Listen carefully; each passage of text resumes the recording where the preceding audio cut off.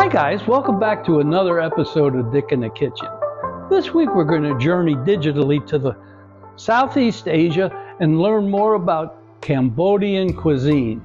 We're going to take ordinary spare ribs and convert them into a masterpiece using the aromas and flavors of Cambodian cuisine to create mouth-watering spare ribs, the likes of which you've never tasted.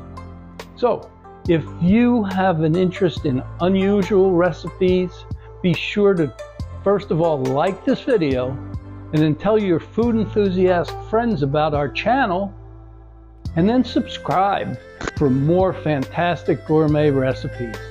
Thanks again, and we look forward to seeing you now and in the future at Dick in the Kitchen. And have a great day. We're off to make some Cambodian ribs.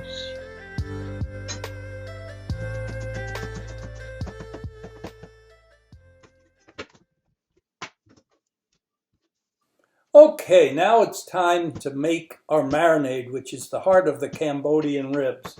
First thing we do is we chop about a half a cup of cilantro and put it in the blender.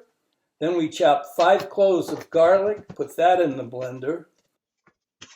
Chop 1/3 of a cup of fresh ginger and put that in the blender. Zest 1 lemon and put the lemon zest in the blender along with the juice of the lemon.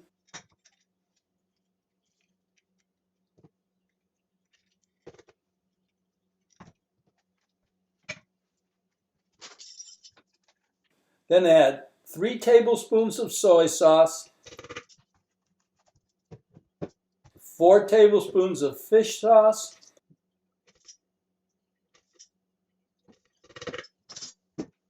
1 tablespoon of sesame oil.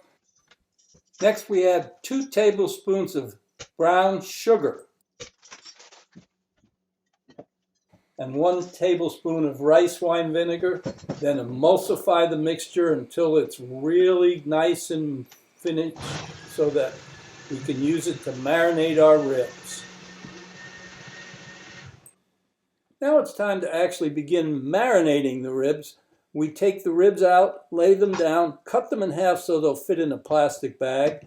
Use our handy dandy Ziploc bag holder, and you can find the link for that in our description below. They're great to have around your house. Then pour your marinade in over the ribs, massage it around, close your bag tightly, getting all the air out, and we're going to marinate that overnight, but at least for 3 hours if you haven't got time to marinate it overnight. Okay, it's cooking time. We're going to take the ribs that we've marinated out of the bag and put it into aluminum foil. Wrap it tightly on all sides so that we can place that in the oven and bake it for 3 hours at 275 to make it taste unbelievably tender and delicious.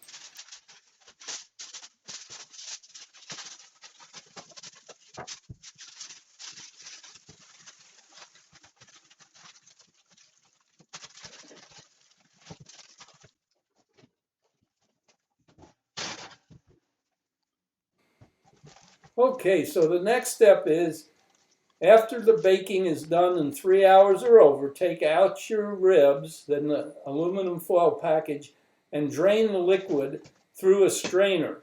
You're going to reserve that liquid to make a nice barbecue sauce for those ribs.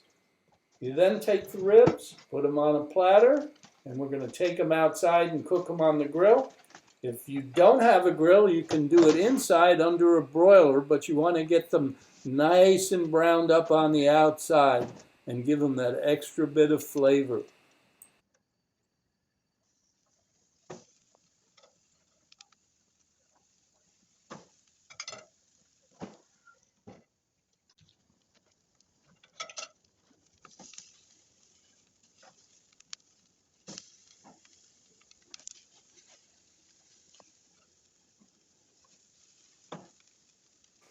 If you're cooking them outside, you want to cook them under high heat.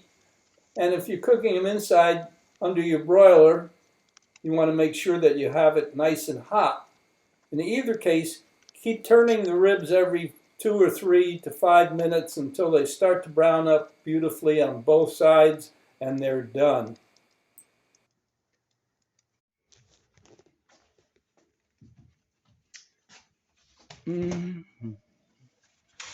Boy, these look good. Look at these ribs. Yes.